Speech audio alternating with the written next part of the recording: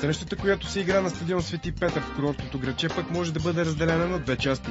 През първото полувреме гостите от Севлиево бяха по-дейният тим на терена и се твориха доста опасни ситуации пред вратата на Аршинков.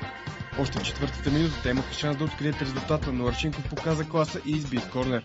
Натискът на Видима продължи в 17-та минута. Силен удар на Антонио Павлов от границата на полето разтресе рамката на вратата зад стража на домакините. Играчите на Банско постепенно поеха инициативата и последваха две добри спасявания на стража на гостите Димитър Пандев. През втората част натиска на домакините се засили още повече и това даде своя резултат.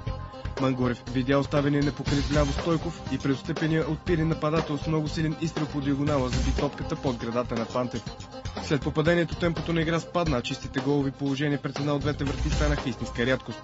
В 83-та минута домакините все пак стигнаха до нов гол. Петьо Динков центрира много остро от фал и Борис Борисов в стремежа си да изчисти топката си отбеляза много ефектен автогол. В последните секунди на матча пък Гюлеметов от състава на Видима получи втори жълт и респективно червен картон. След тази победа Банско отново се скачи на върха във временното класиране с актив от 29 точки, докато Видима Раковски остава на третата позиция с 23 пункта.